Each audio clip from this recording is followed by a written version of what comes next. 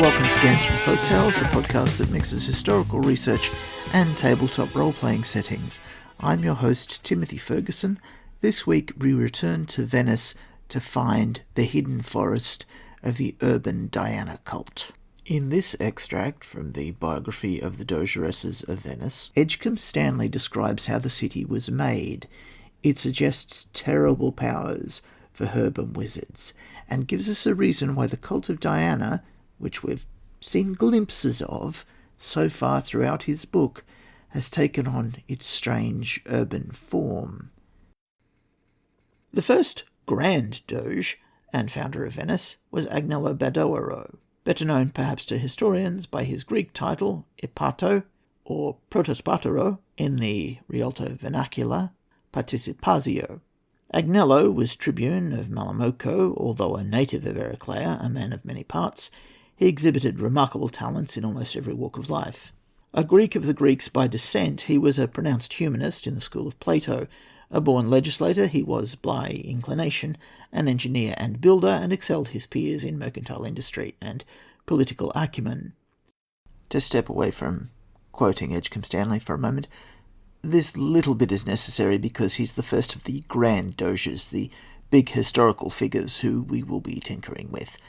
The next section describes historical houses in Venice. That's handy for the scenery in our storytelling.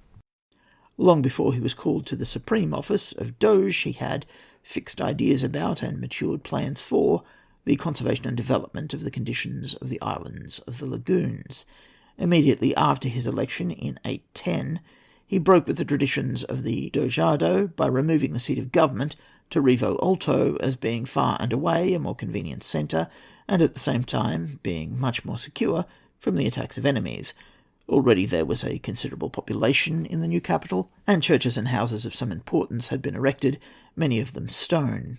All the same, the ordinary Rivo Alto dwellings were of modest dimensions, and few rose beyond 1 story in height. A marked feature of them all was the outside staircase, which gave access to the living rooms and also led directly to the altana, or lookout tower, upon the flat roof. They were furnished with a solario, or liago, an open balcony whereupon the inmates could sit and take the air and hold chit-chats with their friends. Upon the flat roof, the women of the household performed their toilet, combing out their hair and exposing it to the sunshine. Various domestic duties also were transacted upon the sun traps. For example, newly washed linen bleached nowhere as effectively as there. Bedrooms occupied the upper part, and the plan of the ground floor provided kitchens and offices, with rooms for meals and reception of guests. These, in the large structures, were arranged upon 3 sides of a square, forming a courtyard or garden patch. To step away from Edgecombe Stanley again, so servants are on the bottom floor, stairs to the bedroom on the upper floors, and also to the outdoor room on the roof, which was a place for women. I'm not sure if the linen will come up again, but there's a lot of folk magic about it in English sources. You leave it to decay in water and then weave it skillfully, then stretch it out over fields to bleach. This makes it very different, for example, from wool.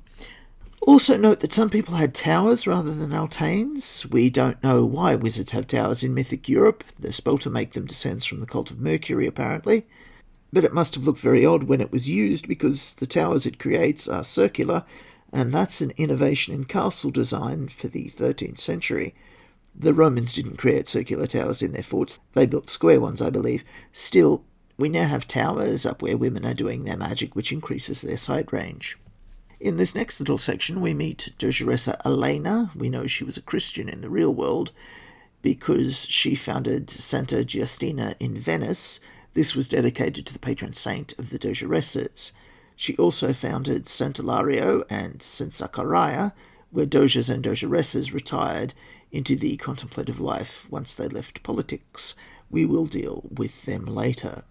Donna Elena occupied herself in cultivating simples and sweet-smelling flowers, without which no Venetian considered his home complete. Perhaps no people set greater store by fragrant flowers and succulent herbs than did those Venetian children of the sea mists and salt sands. The simplest bloom that the saline breeze allowed to grow was as precious as the most luxuriant rambler rose or flowering laurel. Vines grew everywhere and throve amazingly, and everybody had a floral or arboreal hobby. So everyone has gardens. Note how useful this is later for the arrival of the perfumerers and the alchemists. Back to Stanley. Having established himself in his primitive palace, Doge Agnello set to work to carry out his ideas of utility and expansion. First of all, in view of the many inroads of ruthless invaders into Veneto, he turned his attention to the strengthening of the defences of the islands. Strong cables were slung across narrower channels, disused hulks of vessels were sunk in the deeper waterways, and a system of signals by day and of beacons by night was established. The chief life's work of the sapient head of the state was the protection of the low-lying Lidi from floods and denudation. Thousands and thousands of great timber balks from the Pineta of Ravenna were secured and driven far down into the yielding mud and sand. From pile to pile was woven a basket-work of unbreakable osiers, and then the pumping out of the needless channels and the draining of wet marshlands was followed by the sinking of innumerable loads of solid earth and gravel, until the reclaimed areas assumed something of the appearance and consistency of terra firma. This is the forest of the urban Diana cult. Venice is basically a set of tree houses standing high on thousands of pine logs that have ossified in the odd salt water of the lagoons. It doesn't look like it's floating atop a forest because the forest is buried out of sight, but the trees are still there. If you're a Herbum Magus, Venice gives you a lot of extra scope for your powers. Many of the tricks of Terram magic, like earthquakes, can be done here instead by rattling the wooden framework which is holding the soil on which the city rests. Imagine all the usual tropes of fairy-affiliated Herbum magic, but with the forest always beneath your feet. Are there Ents down there? Fairy rings? Odd pixies? The drowned forests of Cornwall have merfolk. Does Venice? One odd and useful point is that the churches in Venice grabbed the bits of solid land when the city was first developing under the miraculous guidance of St. Giustina, so the places with the strongest dominion aura are on solid rock, and the rest of the city is on top of a forest. Even there, though, there's the odd bit of pagan. The girl saint's instructions were, "Wherever you find a vine, plant a church." Presuming these to be grapevines, why would she put the churches there, or alternatively, why is her sign of favour the grapevine?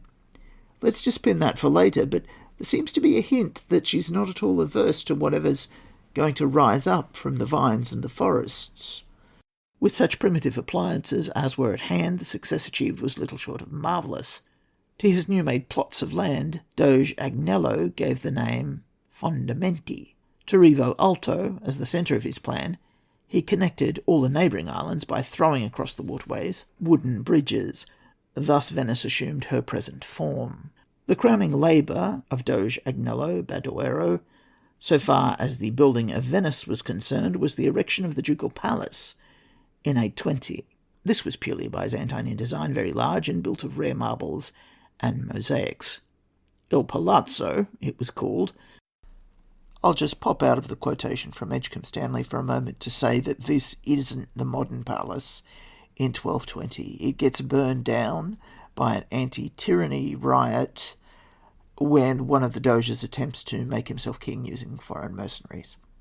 The times were strenuous, and many an one, weary of the toil of the world and yearning for the consolation of religion, was irresistibly drawn to assume the habit of the monastery. Men and women of worth became founders of religious houses, and among them Doge Agnello and Dogeressa Elena, who with their eldest son, Giustiniano, built the monasteries of St. Ilario and St. Zachariah. And there we leave Edgecombe Stanley for the week. The Doges keep popping off to St. Zachariah after they're done being Doge. He's an odd choice. His body was handed over to the Venetians by the Eastern emperors as a gift. He's not the saint of anything in particular. He was the father of John the Baptist, and so he was a minor prophet. He's sometimes said to aid the patient. I'm tempted to suggest this is where the serious work of the Diana cult goes down, because it's where Doges and Dogeressas go when they're sick of public life and they want some privacy. But let's hold off and see if more information bubbles to light. St. Hilario is another odd choice. I assume that's St. Hilary of Parma He's a patron of charity and of cobblers, and his decorative feast biscuits look vaguely like shoes. Again, I don't quite understand that significance. Your saga may vary.